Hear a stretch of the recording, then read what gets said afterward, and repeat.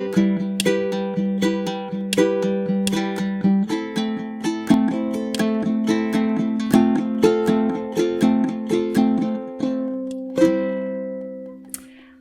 today I'm gonna teach you the triplet strum. So my version is a little bit different. It's more a rotation style because I have a numb and stiff index finger, but who cares? I can play it anyway too.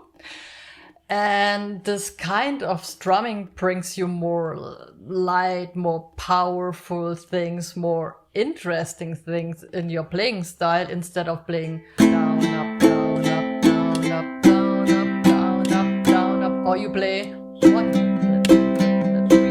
4. So it is more groovy, more fun.